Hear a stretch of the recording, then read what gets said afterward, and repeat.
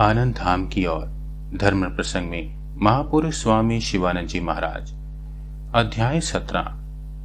उटकमंड, वर्ष 1926। इस अध्याय के पूर्व दो भागों में हमने सुना था कि महापुरुष महाराज ने नीलगिरी पर्वत पर निवास किया। वहां के शांत एवं मनोरम वातावरण के फलस्वरूप उनका मन सहसा ध्यानस्थ हो जाता और वह एकाकी रहना पसंद करते।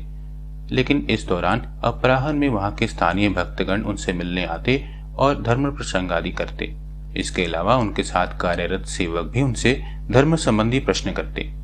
आइए अब हम इस अध्याय के तीसरे भाग को सुनते हैं। पृष्ठ संख्या 71। उटकमंड में महापुरुष जी के पधारने का संवाद चारों ओर धीरे धीरे फैल गया और मद्रास प्रांत के अनेक स्थानों से अनेक भक्त उनका पवित्र सत्संग तथा कृपा प्राप्त करने के उद्देश्य से वहां उपस्थित होने लगे और सभी नव आध्यात्मिक प्रेरणा और आलोक पाकर परिपूर्ण हृदय से लौटने लगे।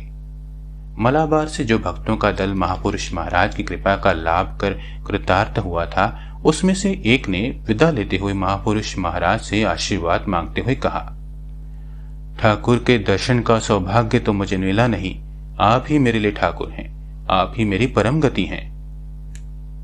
महापुरुष जी यह सुनकर स्नेहपूर्वक बोले, यह तुम क्या कहते हो? सबकी परम गति वे ही हैं, वे ही प्रभु हैं।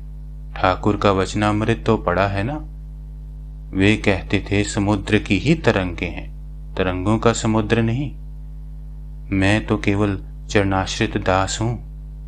गीता में भगवान ने कहा है, गतिर भरता प्रभु साक्षी निवास शरणम सुहत प्रभव प्रलय स्थानम निधानम बीजमव्ययम।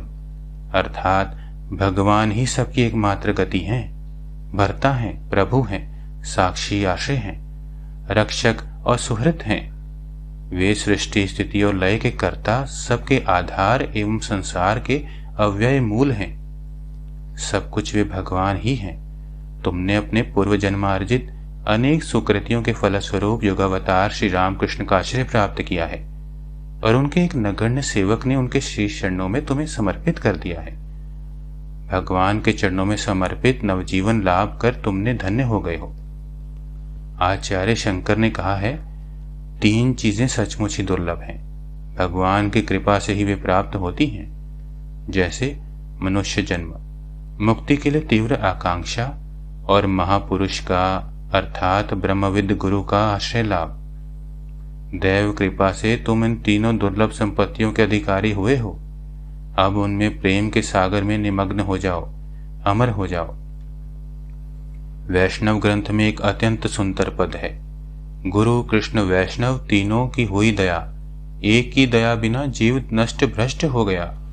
अर्थात भगवान की कृपा हुई, गुरु की कृपा हुई और वैष्णव अर्थात जो विष्णु को जानते हैं वैसे परम भक्त की भी कृपा हुई, किंतु एक की ही दया अर्थात अपनी स्वयं की चेष्टा बिना सभी कुछ वृथा हो गया, जीव मुक्त नहीं हो सका। तुम्हारे जीवन में भी सभी प्रकार की सुविधाएं प्राप्त हुई हैं। अभी जो तुमने प्राप्त किया है उसे लेकर साधन भजन में निमग्न हो जाओ, अमृत तत्व का लाभ करो, अमर हो जाओ। इस जन्म मृत्यु की पहेली में फिर नहीं उलझना होगा। ओम श्री राम कृष्ण अर्पणमस्तु।